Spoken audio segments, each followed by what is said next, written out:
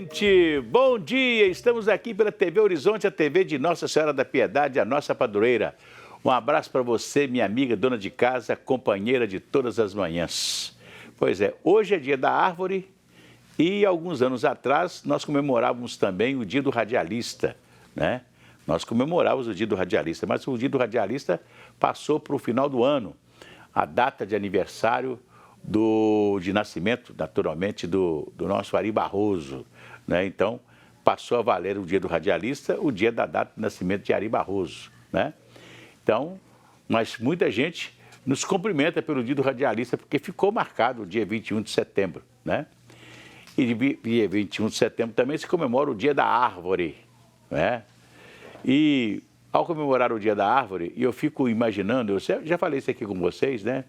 Nós tínhamos na Prefeitura de Belo Horizonte um chefe do Departamento de Parques e Jardins, Dr. Bolívar Miranda. E ele saiu da Prefeitura naquela época, no governo do Luiz Verano, porque ele dava muitas entrevistas contra os maus tratos ao verde da cidade. Ele fazia, por exemplo, num dia como o de hoje, ou como de amanhã, que vai entrar a primavera, ele fazia um desfile de primavera na rua, no centro da cidade. Ele era muito cônscio, muito dedicado ao verde. E ele um dia falava comigo assim: ó, você vai ver que daqui uns dias Belo Horizonte vai estar toda florida, porque eu estou plantando, todas as árvores que eu estou plantando agora na cidade são árvores que dão flores bonitas, e muitos ipês. Então hoje você vê que a cidade está cheia de ipês plantados por ele, né? Hoje os ipês são floridos, a cidade é toda florida, graças a essa figura, né? Que depois saiu da prefeitura porque a imprensa dava a ele muita atenção e ele era muito focalizado pela imprensa. Isso gerou um certo ciúme do prefeito da época, Luiz Verano. Ele foi dispensado do Departamento de Parques e Jardins. Fica aí a nossa homenagem ao nosso querido, no Dia da Árvore, ao querido doutor Bolívar Miranda, saudosa memória, que fez essa cidade ser florida novamente. A cidade de Belo Horizonte, que chegou a ser considerada cidade-jardim, né? Jardins mais ou menos igual os jardins franceses. A cidade de Belo Horizonte foi criada baseado na arquitetura, né? Na arquitetura francesa, não só na arquitetura, mas também em toda a construção da cidade pensou-se no francês. Não é verdade? Não só na arquitetura dos prédios maravilhosos, como também naquilo que a cidade foi feita, quando eles pensaram em fazer a cidade, eles buscaram na arquitetura francesa e na urbanização da França, de Paris, um pouco daquilo. Então, Belo Horizonte ganhou durante muitos anos o nome de cidade-jardim. Tinha até uma música do Rômulo Paz: Belo Horizonte, sorri para mim, Belo Horizonte, cidade-jardim. Era considerada cidade-jardim, canteiros maravilhosos e tal. Nós tínhamos naquela época um departamento de parques e jardins. Em toda praça, em toda avenida, tinha um funcionário da prefeitura cuidando dos jardins, das plantas e etc. Hoje nós não temos isso mais, né? Hoje é uma fundação de parques e jardins que englobou cemitério, englobou um porção de coisa e tal, e nem uma coisa nem outra. Os cemitérios estão abandonados, o Jardim Zoológico de Belo Horizonte, se você for lá, você fica apavorado com a secura. Não existe mais grama no Jardim Zoológico, muito abandono, né? E nada funciona, infelizmente, né? Hoje, quando você vê uma praça bonita, como aquela praça Floriano Peixoto, da Praça Floriano Peixoto ali em Santa Efigênia, é porque a praça é cuidada pela Unimed. Tem gente lá da Unimed dia e noite cuidando da praça. Então vocês veem que a praça é bonita, né? Mas o resto das praças de Belo Horizonte, vê o Parque Municipal ultimamente, como é que está o Parque Municipal. Difícil, né? Vamos cantar aquela musiquinha? Vai tudo bem, muito bem, muito bem, muito bem, muito bem, muito bem, bem, com pílulas de Lúcen. Sabe aquela dorzinha urinária, aquela sensação de queimação e ardor? Pílulas de Lúcen, elas são antissépticas das veias urinárias e vocês encontram em todas as farmácias e drogarias da cidade. E, se persistirem os sintomas, o médico deverá ser consultado. O projeto de extensão do curso de Direito da PUC Minas Casa da Paz, Dignidade e Acesso à Justiça, promove auxílio jurídico gratuito a pessoas de baixa renda. Quem nos fala é a Gabriele Assis. Gabriele. O projeto permite a resolução de conflitos jurídicos por meio de orientações, mediações e conciliações, tudo de forma gratuita. O seu Joselino está em processo de divórcio e conta com o atendimento da Casa da Paz para chegar a uma solução. Devido à pandemia, estava sendo remota, agora voltou presencial, a gente vai retomar o processo e dar continuidade. Querendo ou não, isso aí pesa no orçamento, né? E aqui tem esse atendimento de forma gratuita e satisfatória, que a gente consegue resolver esses problemas aí relacionados à questão civil. O projeto de extensão da PUC Minas Contagem é voltado para a população de baixa renda. A maioria dos auxílios jurídicos é direcionada a mulheres com renda mínima de até 2 salários mínimos e meio. A ação realiza uma média de 100 atendimentos por ano. O projeto realiza atendimentos jurídicos e sessões de mediação. Os atendimentos jurídicos são para os esclarecimentos de dúvidas e as sessões de mediação são para realizar acordos quando as pessoas se encontram em conflitos. A procura maior é na área de direito de família, como divórcio, pensão alimentícia, questões relacionadas à guarda de filhos, e temos também questões relacionadas à propriedade, questões de imóvel, como uso capião, ou também de contratos relacionados ao contrato de locação, contrato bancário, as dúvidas que as pessoas normalmente procuram esclarecer. O projeto conta com a atuação de alunos do 3º ao 10º período do curso de Direito da PUC Minas, que realizam atendimento sob a supervisão dos professores.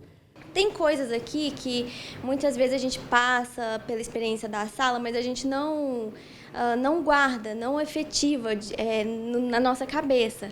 E aqui não, aqui é natural, o conhecimento ele vai fluindo, a gente vai pegando conhecimento, a gente vai adquirindo a prática. O atendimento aqui na Casa da Paz é um atendimento mais humanizado, né, mais inclusivo.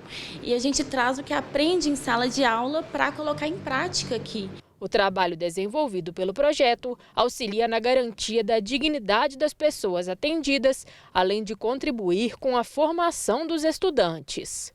O atendimento ele acontece todas as quintas-feiras, no horário de 14 às 17 horas, na Cúria Metropolitana de Contagem, que fica na Avenida Babita Camargos, número 1083.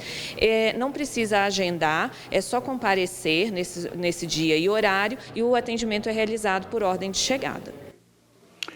Pois é, eu acho que as pessoas devem procurar, né? As pessoas que precisam da justiça, né? Avenida Babita Camargos fica ali na cidade industrial, perto ali da Praça da CEMIG, né? Vocês vão encontrar esse endereço lá facilmente e vão fazer uma visita lá e naturalmente levar o problema que você está vivendo, né? Eu sei que tem muita gente precisando de justiça, né? Tem muita gente precisando de justiça. A justiça fala em fazer inclusive um mutirão para resolver muitos problemas. Eu sei que tem muitos problemas que poderiam ser resolvidos. Eu conversava um dia com o desembargador Ayrton Maia, que foi juiz do interior, foi desembargador e tal. Aí, conversando com ele, eu falei assim, desembargador, não se pode fazer um processo, por exemplo, tem certas coisas, né?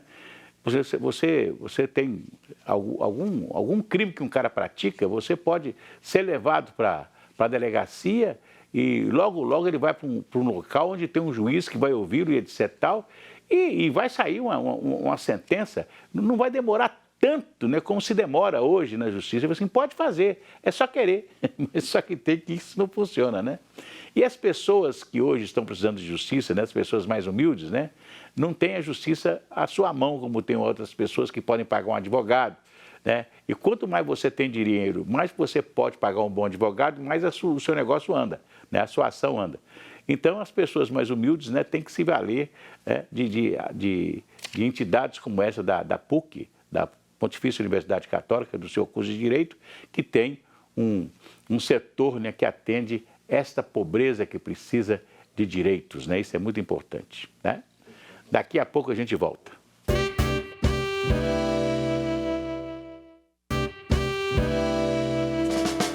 Voltamos aqui pela TV Horizonte, a TV de Nossa Senhora da Piedade, a nossa padroeira. Pois é, o prefeito da cidade de Ibirité, o senhor, ele tem um nome das famílias ali daquela região, né? É o Parreira. Ele foi cassado pelo juiz eleitoral da cidade de Ibirité porque ele teria usado, né, naturalmente, o esquema, um abuso, né, do poder econômico na campanha eleitoral.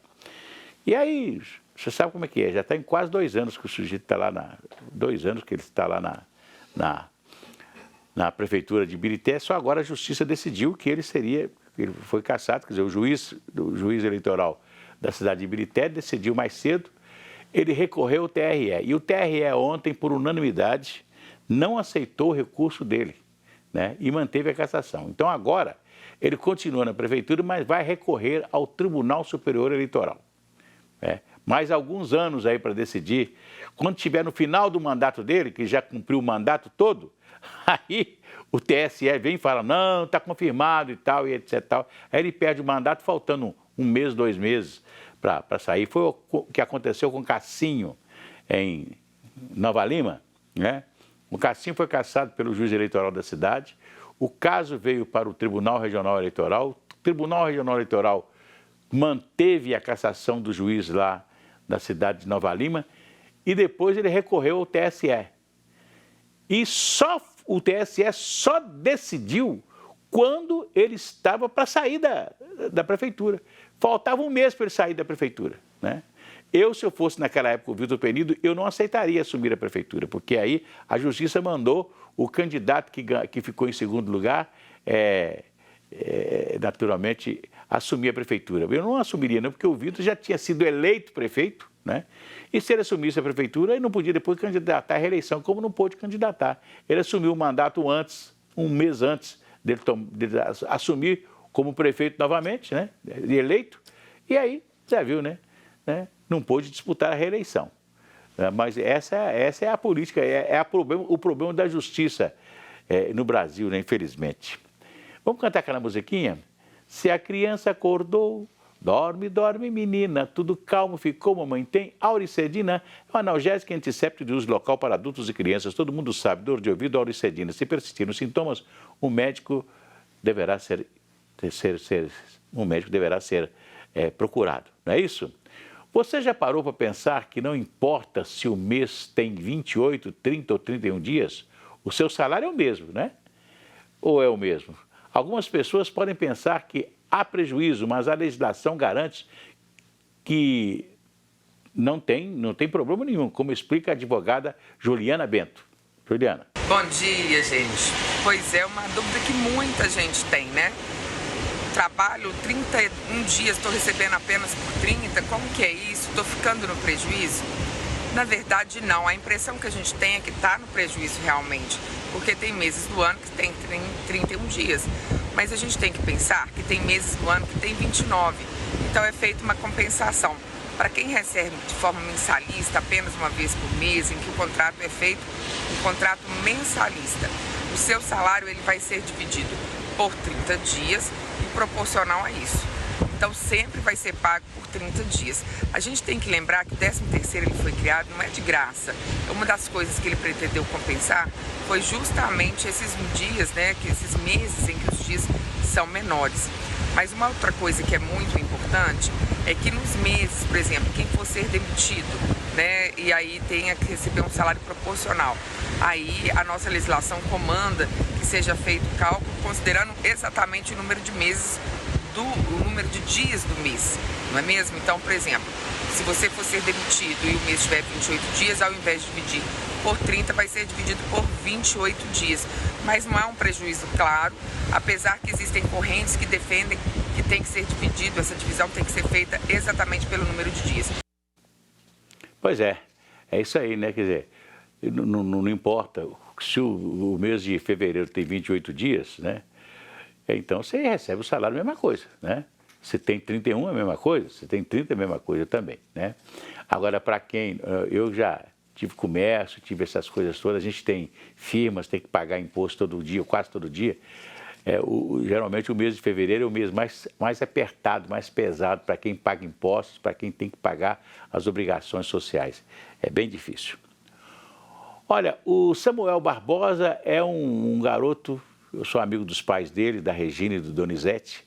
O Samuel é um estudante de medicina, né? E toca acordeon, né, e teclado, e faz muitos serviços de cerimoniais de casamento e etc. Tal. E esse dinheirinho que ele ganha nesse serviço de casamento, cerimonial de casamento, é o serviço que ele, é o dinheirinho que ele ganha para ajudar o curso dele, o curso dele é o dia inteiro, né? E ele já está naquela fase, já no final do curso, já está praticamente fazendo plantões em hospitais, etc. E ele estava perto da Santa Casa Misericórdia de Belo Horizonte, estava trabalhando lá na Santa Casa, de repente, ele deixou o carro lá na porta e quando chegou lá, teve aquele que muita gente tem, né? Na hora que chega perto do seu carro, o carro estava arrombado, levaram o acordeon e o teclado que ele usa para tocar nas cerimônias que ele faz, né? Que ele participa. Então, eu vou até mandar aqui, colocar, eu tenho aqui um videozinho do Samuel, o pessoal fez um aniversário dele, tem um videozinho dele aqui, vamos mostrar o videozinho do Samuel, tá aí, ele tocando um acordeonzinho, né? É uma figura extraordinária, maravilhosa, o Samuel, né? Então, eu quero dizer a você o seguinte, o que o Samuel falou comigo? O Samuel falou comigo assim, Cirantão, eu sei que esse instrumento, que é o meu instrumento de trabalho, os meus instrumentos de trabalho, o acordeon e o teclado, vão ser vendidos aí a qualquer preço aí por quem arrombou o meu carro, né? Então eu estou querendo o seguinte, eu estou querendo ver se alguém, né, faz um favor para mim, me liga, porque eu recompro o meu instrumento musical, eu preciso dele, né? Ou se você tem aí um instrumento musical na sua casa, que você pode emprestar ao Samuel, um acordeão, por exemplo, está aí guardado, você pode emprestar ao Samuel, que ele está precisando, né?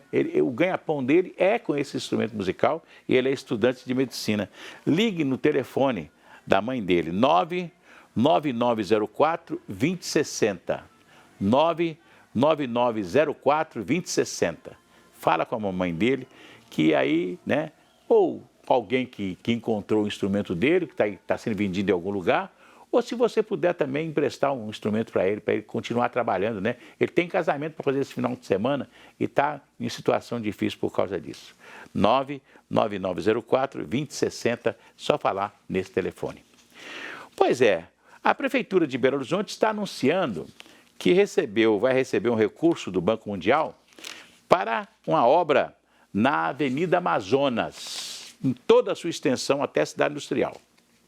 Ou seja, a Prefeitura quer resolver o problema da Avenida Amazonas, que segundo ela está difícil, está assim, está assado e etc. E eu acho que a Avenida Amazonas está com um problema muito sério. Só que eles vão fazer na Avenida Amazonas a mesma coisa que fizeram na Avenida Antônio Carlos e também na Avenida Cristiano Machado. Vão tentar resolver a situação, colocar um ônibus, o ônibus, o BRT, que é o MOVE, né, na Amazonas. Eu não sei se eles vão ter que fazer a mesma obra que fizeram, né, de trazer o transporte coletivo só do MOVE para o centro da avenida e o resto dos outros transportes ficam nas pistas laterais. E aí você vai ter que fazer uma série de sinais de trânsito para que o passageiro possa acessar as estações. Eu não sei, o certo para mim seria fazer, já que a Amazonas está com muitos quarteirões degradados, muito degradado, então desaproprie e faz uma estação aqui, uma estação de um lado e do outro, faz uma passarela em cima para as duas estações serem naturalmente acessadas, né? E faz uma estação com banheiro, com uma lojinha, um cafezinho e etc, né? É uma coisa limpinha, bonitinha e tal, que os passageiros possam usar, né? Seria tão bom, né, se você tivesse um ponto de ônibus, que tivesse uma lanchonete, tivesse um banheiro para você usar, né? Podia ter até outras coisas, né, nesta estação. Então, fica aí, vamos esperar qual vai ser o projeto. Aliás, eu quero conhecer o projeto da Amazonas e quero conhecer com antecedência também o projeto da Avenida Afonso Pena, que a Prefeitura está prometendo revitalizar. Eu tenho muito medo dessa palavra revitalizar. Revitalizar O cara fez uma Avenida Afonso Pena desse tamanho, uma Avenida Afonso Pena larga, maravilhosa. Aí, isso quando não tinha carro. Agora, quando tem carro, tem muito carro na cidade, eles fazem assim, eles diminuem a largura das ruas e das avenidas, né? Eu acho uma bestialidade. Você diminuir a um passo que você tinha que aumentar, né? Porque agora a necessidade da via é muito maior. Eles não estão prometendo colocar ciclovia na Afonso Pena. A ciclovia que tem no centro da cidade, ninguém anda. A única ciclovia que é usada aqui é a ciclovia da Pampulha, ao lado da orla da Lagoa da Pampulha. Agora, ciclovia no centro da cidade, ninguém usa. Já pensou a ciclovia na Amazonas? Ninguém vai usar também, a mesma coisa, né? Era muito mais fácil você fazer uma pista de ônibus e fazer uma pista também de moto. Aí sim, porque hoje o movimento de moto na cidade ainda é muito grande, né? E seria fantástico, maravilhoso se a prefeitura tivesse essa iniciativa de hoje fazer, em vez de fazer pista de ciclovia, fazer pista para moto. Porque a moto é uma realidade na cidade, em todos os lugares da cidade. Você tem uma avalanche de motos hoje nas avenidas, nas ruas chamadas de ruas de corredor de transporte. Então, seria muito bom que a Prefeitura de Belo Horizonte, né, pensasse bem direitinho na hora de fazer esses projetos, né, de contemplar a cidade, para não diminuir a rua da cidade, não diminuir o tamanho das ruas da cidade, né, fazer aquelas cunhas que eles fazem aí. A avenida está aqui, a rua está aqui, aí chega aqui na esquina, faz uma coisa assim, coloca uma cunha aí, diminui, inclusive, tem um gargalo aqui em Belo Horizonte, que é o gargalo, que é a maior burrice que eu já vi fazer até hoje no trânsito de Belo Horizonte. Obras para trânsito. O prefeito de Belo Horizonte foi o Márcio Lacerda, fez aquele pontilhão ali, que hoje tem o nome de Itamar Franco. Eu acho que o Itamar Franco, quando lembra que ele é nome de viaduto, de pontilhão em Belo Horizonte, ele deve levantar da sepultura, do jeito que eu o conheci, né? Está lá, viaduto Itamar Franco, ou pontilhão, ou ponte Itamar Franco, sei lá. Então, você vem com o trânsito da Avenida Nossa Senhora de Fátima, para entrar ali, naquele local, do lado do pontilhão, né? Você entrava ali com 2, 3 carros, e saía da Avenida Nossa Senhora de Fátima, entrava sem problema na Avenida Tereza Cristina. Aí eles fizeram as obras ali, muito bonito, fizeram um passeio imenso, fizeram fizeram ciclovia, né? E diminuíram o lugar do carro passar. Então, todos os dias, depois de 5 horas da tarde, é um congestionamento na Avenida Nossa Senhora de Fátima, ali no acesso à Avenida Tereza Cristina. Por quê? Porque fizeram uma obra burra, né? Então, vem aquele congestionamento o tempo todo para você poder acessar a Avenida Tereza Cristina, que você tem que acessar por um lugarzinho só para passar um carro. Não dá, né? Amanhã a gente volta.